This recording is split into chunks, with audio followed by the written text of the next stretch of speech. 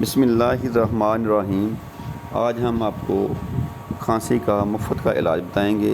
बनाना बहुत आसान है। तो आपने करना क्या है, मक्की का जो सिट्टा है जिसके ऊपर दाने लगे होते हैं वो लेना है आपने। उसके दाने उतार कर जो उसका सिट्टा होगा उसको आपने जलाना है।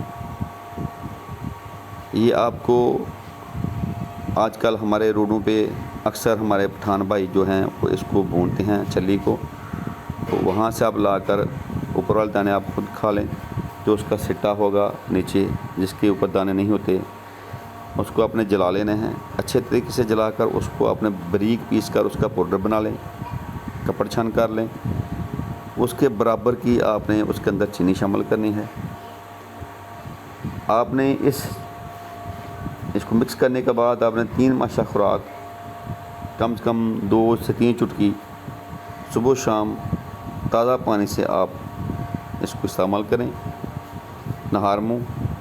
इंशाअल्लाह इसके इस्तेमाल से हर किस्म की जो खांसी है, खुश्क है, तर है, वो इंशाअल्लाह ख़त्म हो जाएगी। ये थी हमारी आज की खांसी के लिए टिप्स।